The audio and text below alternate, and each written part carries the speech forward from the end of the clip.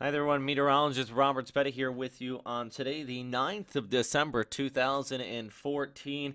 Of course, we have been continuing the track Tropical Storm Hagupit now a tropical storm moving away from the Philippines. A chance of some light re-intensification. You can even see here on the infrared imagery some cloud tops really blowing up. But for all intents and purposes, this is no longer the typhoon it used to be. Even some shear lines really showing up here on the satellite image due to that cold surge coming in from the north, and that just drew in some dry air. Really cleaned this storm system apart. Also, the friction over the Philippines after it moved over, dropping a tremendous amount of rainfall.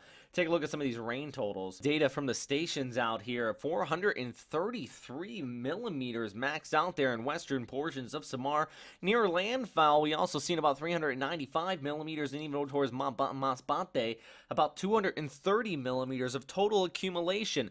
That's not including what we've seen farther towards the northwest, where we across southern portions of Luzon, over 100 millimeters was recorded in some areas, but not nearly as intense as we've seen back here towards the east. This image from James Reynolds. He was out there in western Samar when the storm system came ashore, and definitely some rather blustery conditions. We actually have at least seen 27 reports of casualties via the Philippine Red Cross reporting that out here, most of them being in Samar where the storm system did make landfall.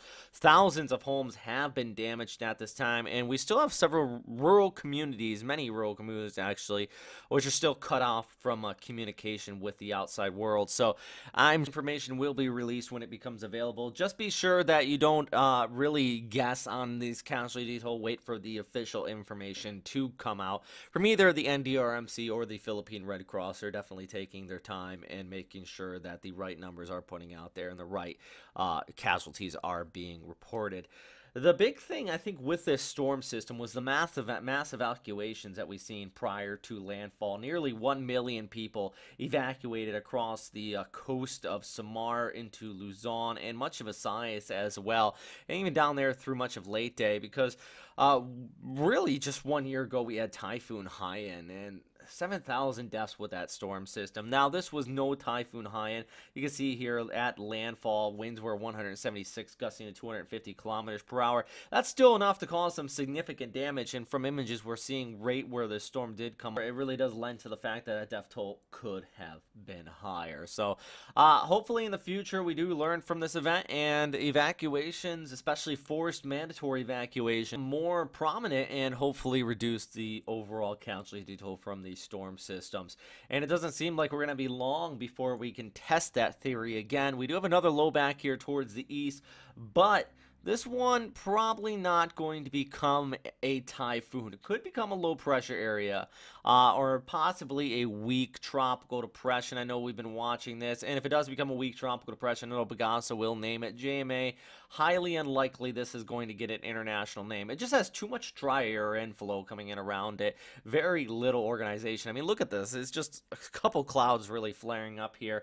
But as it tracks towards the west, it does move over some warm sea surface temperatures, and we could see some development as far as a low pressure area. More or less just some scattered rain showers expected across the Philippines.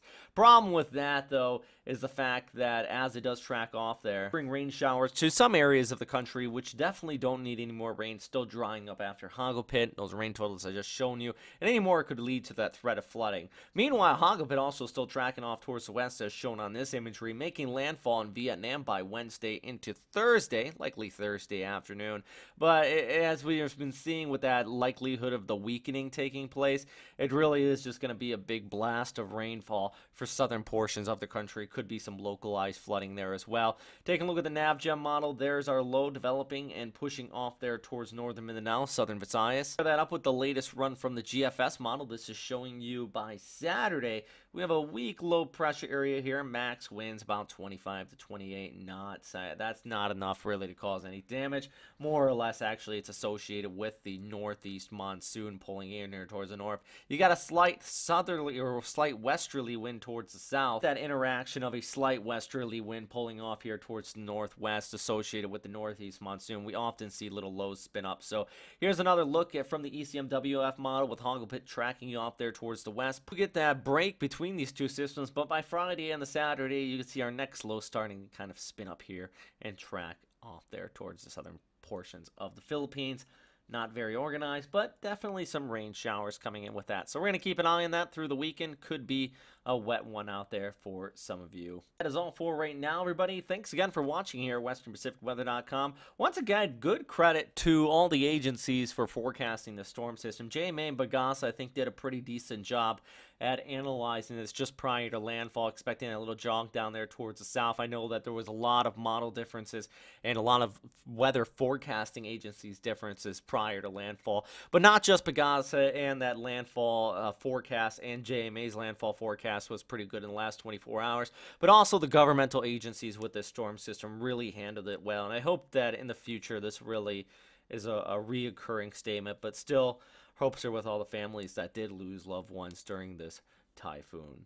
All right, guys, thanks for watching and stay safe out there.